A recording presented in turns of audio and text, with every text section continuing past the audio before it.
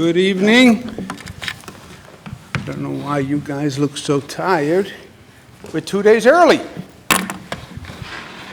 I want to give you an overview of the budget that is up now before the houses. They've acted on some of the bills. There are a couple of bills that are up now they haven't acted on yet. We're talking about the 2019 state budget, as you know. Overall, it's $100 billion in state operating funds, and all funds budget are for $168. Education, $26 billion. Medicaid, $18 billion. Those are the two big items in the budget, as you know. Remainder of the state agencies have been flat. It's now 8 years of a 2% spending limit, which the 2% is the lowest increase in budget history. Let me just back up a step just in case we have some new faces, which I'm noticing. On my far left, you have Alfonso David, Star Counsel. You have Robert Mejica, Star Director of the Division of the Budget, and Melissa DeRosa, Star Secretary. This budget was the most difficult budget that I think we have done for a few reasons. Number one, we started with a big deficit, a $4.4 billion deficit. Number two, we're under attack by the federal government. And they're not trying to make our lives easier. Frankly, they're trying to make our lives harder. We'll talk about it in a moment. But their federal tax reform bill, that SALT Act, was an arrow aimed at the economic heart of the state of New York. I also want to applaud my colleagues, Senator Flanagan in the Senate, who worked very hard to get this put together. Assembly Speaker Carl Hastie, who had a very challenging portfolio in front of him. We had to get it done in a difficult circumstance, difficult political circumstance, and we had to get it done before the religious holidays. You have that built-in clock that the budget is due April 1st, so to get it done, quote unquote, early was a Herculean task, and they did very well, as well as their staff. On the Assembly side, Lou Ann and Blake, and on the Senate side, David and Sean. I don't know how they physically do it. They're literally up for days and days around the clock.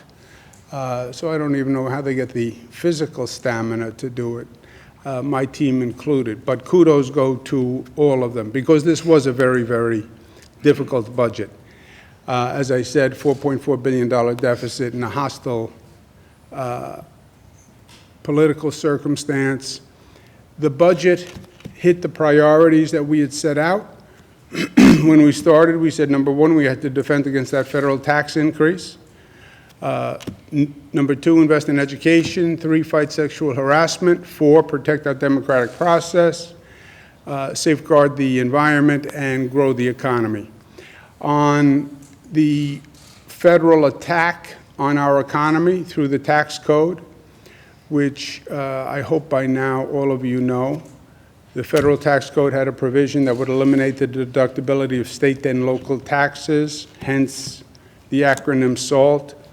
We had to restructure our tax code to avoid the attack. They launched a missile. We were standing in the target zone of the missile because of our tax code, our state taxes, and our property taxes. We literally had to flee the zone we were in and change the state tax code so it no longer applied, and we had to get it done before the missile hit, after launch, but before strike. And that's what this tax code change attempts to do. It moves from an income tax primarily to a payroll tax. Property taxes move to a charitable donation tax. Again, it's optional. Some employers will do it, some local governments will do it, but it's our best attempt to avoid the federal assault. The real answer is to repeal SALT. That's what has to be done. That has to be done in Washington. I think that should be the priority for any congressional member who says they represent the state of New York, because this provision hurts every New Yorker, period. There's a cap that they say protects them, a $10,000 cap. It's baloney. This hurts the state. It hurts the state economy. The ultimate solution is repeal, and I'm going to be talking about that through the November elections. But in the meantime, get out of the way of the missile is always good advice in life as well as in tax policy. We said we're going to focus on the middle class. We cut taxes for the middle class again, for 40,000 to 150,000, from 6.4 down to 5.5, 150 to 300,000, the tax rate drops to 6%. The number one tax in New York is property taxes. FDR used to rail when people talked about high taxes in New York. He took it personally, and he would go on about how the number one tax is not a state tax. It's not the state income tax. It's the property tax. Property tax is roughly 2.5 times what the income tax is. And our problem is reducing property taxes. And we've been working at that all sorts of ways, 2% property tax cap. It gets exacerbated by this SALT provision, because now it's no longer deductible, whereas before it was. So that's about a 25–30% increase automatically on people's property taxes. And that's why we have to redouble our efforts.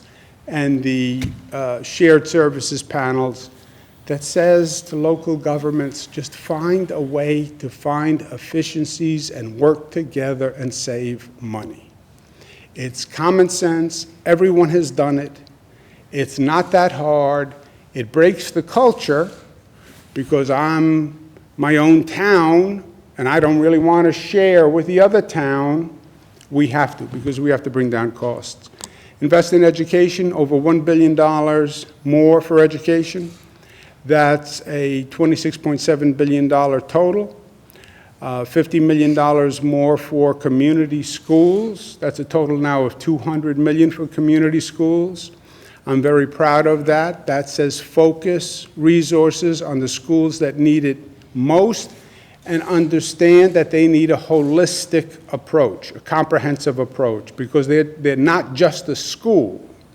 They're a school where children often come out of a difficult circumstance, where they may have family problems, where they are in high crime areas. So they need additional help. New initiatives and funding to ensure no student goes hungry, and providing youngest learners with access to computers. Higher education, $7.6 billion, $1.5 billion more, 25% increase since 2012, which we're very proud of. Excelsior Scholarships now goes to its second phase.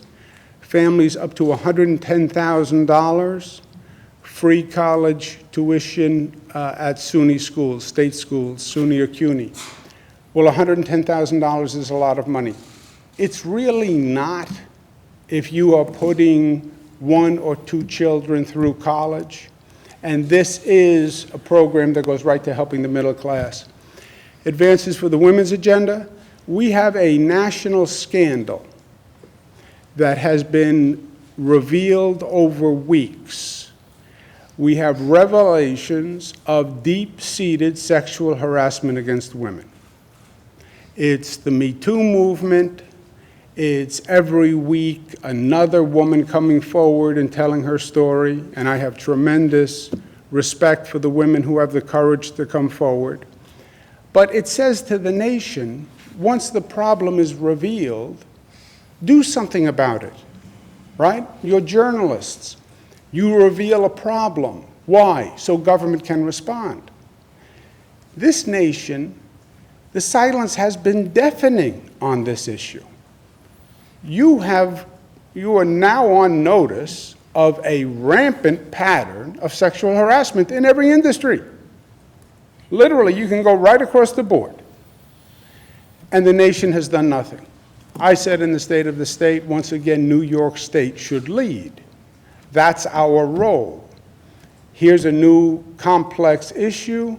Let's see if we can tackle it first and come up with a solution. And we have. The nation's most aggressive anti-sexual harassment agenda. I believe we're the first state to pass such an agenda. Requires all state contractors to have a sexual harassment policy, train all of their employees. That's contractors to the state. Prohibits employers from using mandatory arbitration. Mandates offenders to reimburse the state for any judgment of intentional wrongdoing related to sexual harassment. Bans non-disclosure agreements except when it is the preference of the victim and you can delete the victim's name and still have a non-disclosure agreement. Establishes a model sexual harassment policy for employers to adopt and use, protects contractors, subcontractors, vendors, consultants, or others from harassment in the workplace.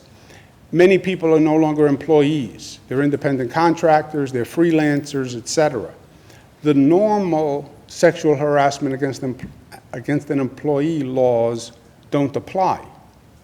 We've extended them to those people who are more prevalent in the new economy.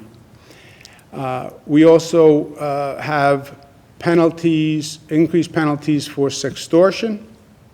We extend the storage timeline for forensic rape kits from 30 days to 20 years. This is moving our attempts to find perpetrators of rape into the modern era, right? We know that DNA is now the fingerprint for many crimes. We haven't been keeping rape kits long enough to really have a database that we can then go back to. Increasing it from 30 days, you never really had the opportunity to build up a database. Now you'll have 20 years of data. It also bans sexual contact between police and people in custody. We've had recent situations where police have had sex with a person in custody. The claim was it was consensual. The issue was, can it be consensual if you are in custody? Are you in a position where it can be actually freely consensual? And this law says you can't. Improves in vitro fertilization, extends the state's MWBE law for another year. We also have a gun safety for victims of domestic violence bill, which is going to be on the floor. Question mark, we're not sure at this point if it's going to pass or not. I support it 100%. I hope it passes. I believe it will. But thus far, all we know is it's going to be introduced, and I'm not sure of the fate of that bill. But I hope it passes, and I'm cautiously optimistic. Protecting our democracy, we have another national scandal, which is interference in our elections, which is not debatable now, not even for the cable TV shows. We know there was Russian influence in the campaign. We know that social media is now a new platform for campaigning, in many ways more effective than TV and radio were yesterday. And we know that there's no disclosure on social media. And that's what all these Russian influence peddling cases and these Russian campaign violation cases have shown. Why doesn't the country say, you have to disclose on social media the same way you do on TV or in the newspaper. It's the same concept. Again, we've had a deafening silence from Washington. Again, we believe it's an opportunity for New York to lead, and we will. We passed a law that mandates disclosure on Facebook ads, social media ads, et cetera, and no foreign nationals are allowed to participate in the campaigns.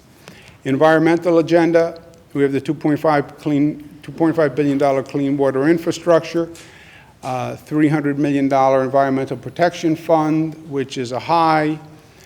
We're getting ahead of a very serious problem, especially in upstate New York, algal blooms, with a $65 million commitment, and we now have working groups working region by region to come up with the specific problems of their lakes. We have funding to contain and treat the grumman plume on Long Island, and we're beginning an artificial reef program along our coastline, which I'm very excited about. Our focus has been growing the economy and growing middle-class jobs. The Regional Economic Development Councils that are working very well are revitalized for another round at $750 million. The Downtown Revitalization Initiative, which is the new pattern in revitalization. Young people don't want to move out to the suburbs and buy a house and have a quarter acre and a barbecue grill. They want to be in downtown areas. They want to be able to walk to work. They want to be able to walk to the restaurant. They want to be able to walk to their friend. So having vibrant downtowns is very important. It's almost as if the development circle has come 180 degrees. When I was at HUD, Community Planning and Development, we talked about the concentric circles, people moving further and further out from the city. This generation is the exact opposite. They're moving back in. Maybe because they grew up in the suburban environment, but they're moving back in. They want to be in the core. We have some great downtown areas in this state, which were degenerated as people moved out to the suburbs. We now have to get ahead of it and revitalize those downtown areas. And that's what the Downtown Revitalization Initiative does. We also have a $20 billion affordable housing and homeless plan. We're focusing on combating homelessness. The numbers are on the rise, especially in New York City. We're mandating that local governments come up with a street outreach program that the state approves before they get any money. The street homeless population has gotten worse, and we want to make sure local governments that we fund have a program in place to make a difference. $5 million for the Liberty Defense Project. This nation is, federal government is anti-immigrant. I'm an immigrant. We're all immigrants. New Yorkers believe in immigration. And people have rights, and we should be in a position to defend those rights. And that's what the Liberty Defense Project is all about. Additional funding for the Wage Theft Task Force. I worked on this as Attorney General. Undocumented people are often victims of wage theft because the employer feels that they have no recourse. They do have recourse. It's called the justice system and the state of New York, and we're increasing the number of investigators who work on those cases. MS-13, which is a major problem on Long Island that we've been working at, an additional $16 million program to have alternatives for at-risk youth. We'll collect a $100 million opioid fund by charging manufacturers and distributors a fee that will go towards funding a comprehensive anti-opioid abuse effort. We have the first voluntary retirement savings program in the state. It's for private sector employees who don't have a retirement savings plan. We're creating one, and it would have the scale and the capacity of a statewide effort. A pay commission, we had passed a law on a pay commission 2 years ago or 3 years ago. That pay commission did not work out. This is a new pay commission, 5 members, chief judge, state controller, city controller, former state controller, former city controller. It has to report back by the end of the year. We have in the budget what's called an anti-Janus bill. The federal government is anti-union. They've made that clear. There's a case called Janus versus AFSCME. It is an anti-union case. It's an attempt to break unions. We passed a bill that helps protect unions in this state. I am personally 100% for working men and women. I'm 100% pro-labor. The labor movement built the middle class in this state. And this is a union state. It's the most heavily unionized state in the nation, New York State. I'm proud of it. Fix New York City. Short term, we had an emergency action plan in New York City that we announced about a year ago. It required $836 million in funding. The state was to pay half, the city was to pay half. The city had refused to pay half. That has caused a great delay in implementing the subway action plan. In this budget, the city pays half of the 836, which is $418 million. Basically, it's retained from the city. But now the subway action plan is fully funded, and it can actually move full speed ahead. You know, at half funding, it's like doing the work with one arm tied behind your back, and it's caused significant delays. This is very liberating for the MTA, and now you're going to see the emergency action plan actually get up and running. That was the short-term response, was the emergency action plan. Long-term, we need a funding stream for the MTA. And congestion pricing, I believe, is a concept whose future has come. We start phase 1 of the congestion pricing plan. There'll be a charge on for-hire vehicles in what we call the Central Business District in Manhattan. That's defined as 96th Street South. A charge on for-hire vehicles at $275, except yellow cabs at $250. Yellow cabs have a harder financial burden. These are owners, operators that bought a medallion. The medallion has now dropped in value. So there's a somewhat reduced price for yellow cabs. That should raise $415 million. That would go to fund the MTA. That would be annual. We also have a bus plan. The buses in New York City move very slowly because the bus lanes are crowded. We add more enforcement and more lanes to the enforcement. NYCHA tenants win. This is something I'm excited about. I started in housing. There's something practical and tangible about a person's living environment. I believe it goes a long way towards creating community and creating healthy, strong lives. You are affected by your environment. And when you look at the deplorable conditions of some of these NYCHA units, it literally can make you sick, and it can literally make you cry. I did a number of visits to NYCHA units because I wanted to expose the conditions. When I go, cameras come. And I wanted New Yorkers to see how deplorable these conditions were. Because if New Yorkers see how we have people live, they will not stand for it, the way they didn't stand for abandoning people in Puerto Rico. The tenants have gotten so frustrated, they formed a group and they sued NYCHA and they've sued New York City. They've asked the state to come in and help, and we will. I'll do an executive order that will appoint an independent monitor. The monitor will be chosen by the New York City Council and by the NYCHA tenants who are organized in a council of presidents.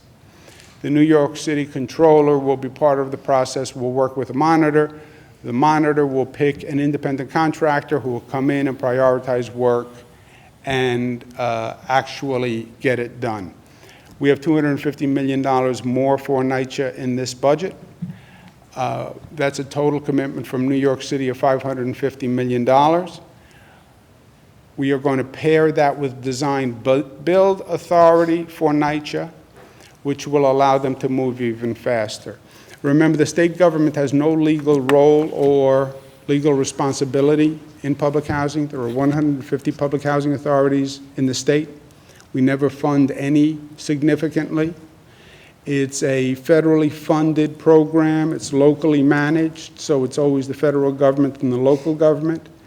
But in the case of NYCHA, the situation is so bad that New York State has stepped in. Wrong way.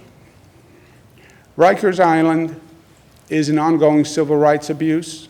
The federal government came in and said that the people we hold on Rikers Island are having their civil rights violated.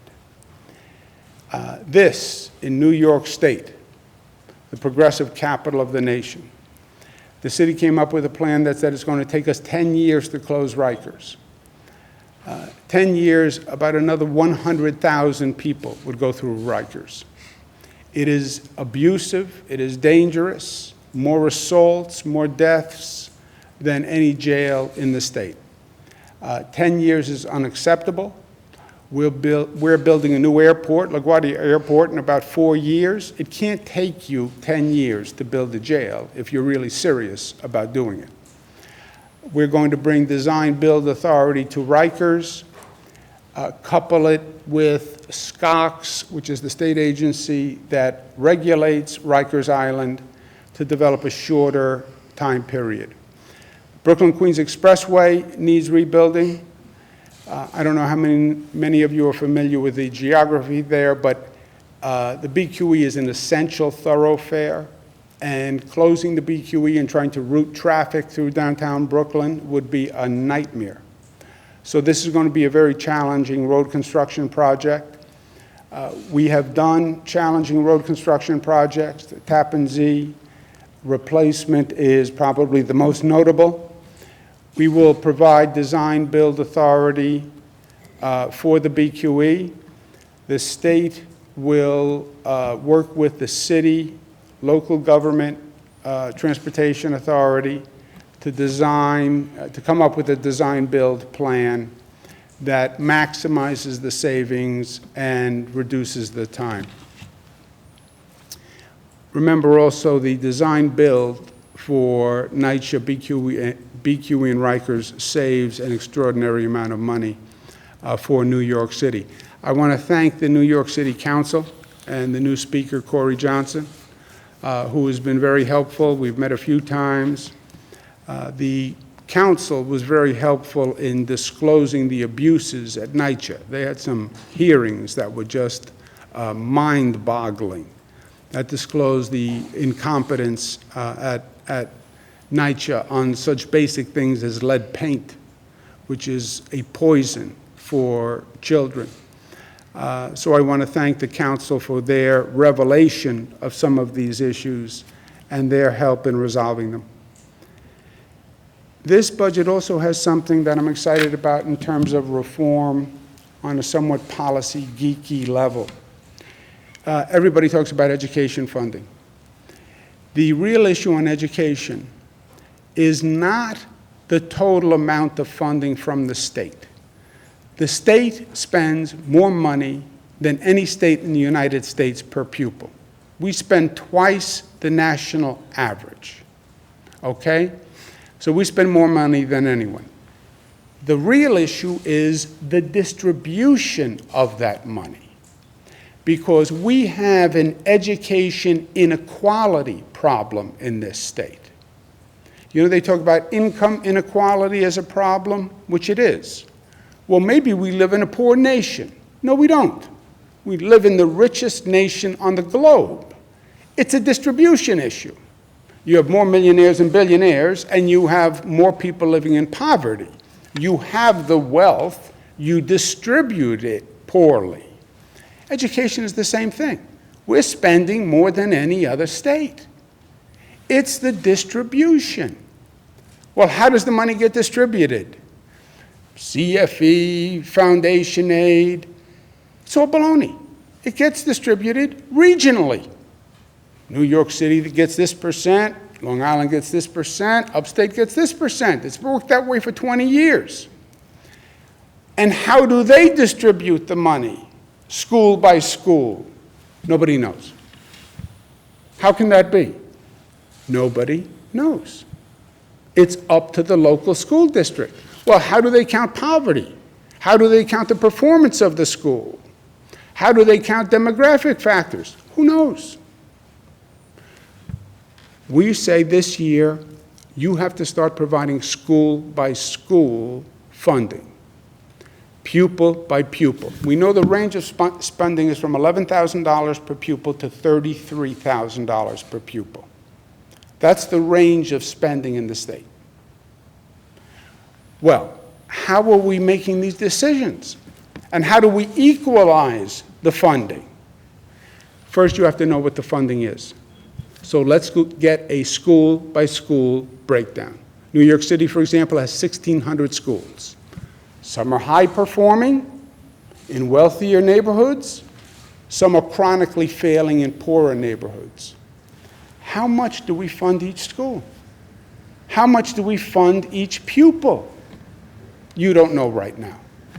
Let's get that analysis. Let's get it statewide. Then let's run the entire list of schools in the state, who gets what performance level, and then you can come up with an equitable funding mechanism. Education equity.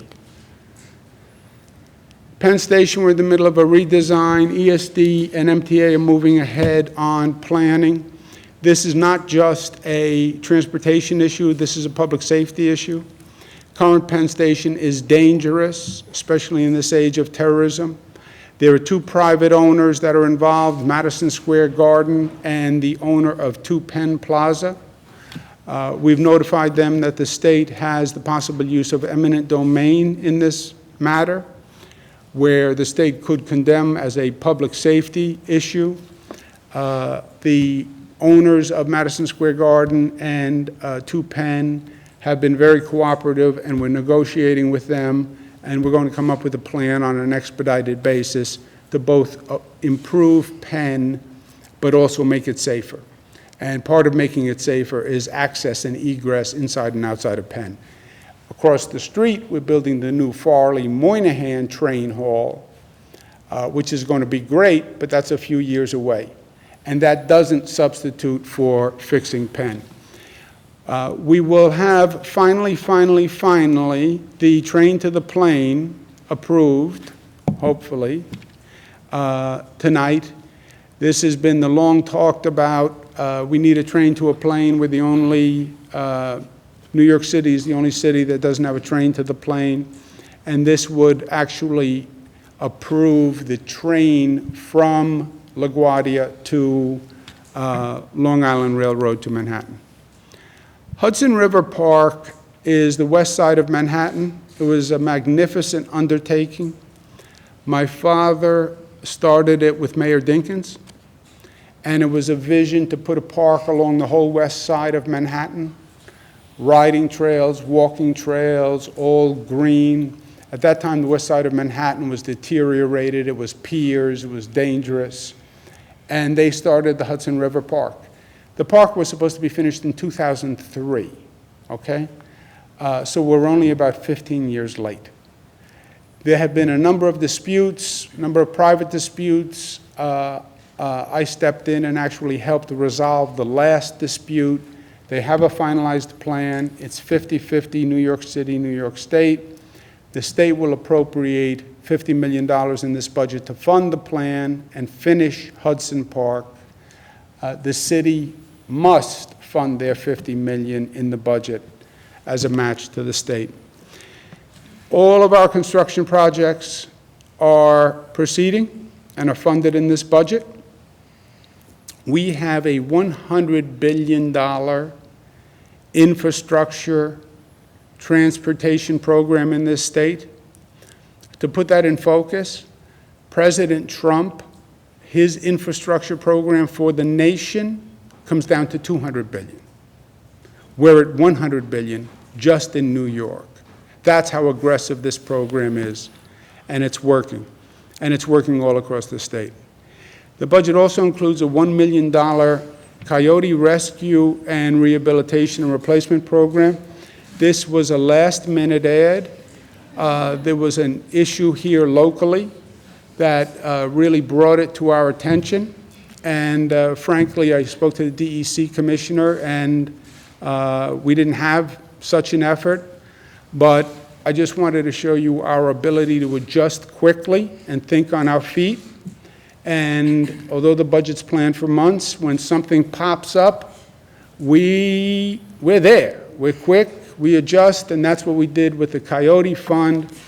We also did it with a new program where we have set up a $1 million emergency bail fund for arrested reporters. We call it Ken's Law. I don't want to tell you why, but we call it Ken's Law because we believe in freedom of the press, but we wanted that emergency bail fund. It was very difficult to get the legislature to agree with this. The Senate was adamant that they would not agree. We came up with a last-minute compromise where they would agree to the bail fund if we coupled it with an anger management program as an alternative to incarceration program. And that's the marriage that we have made, and we think it works out for all.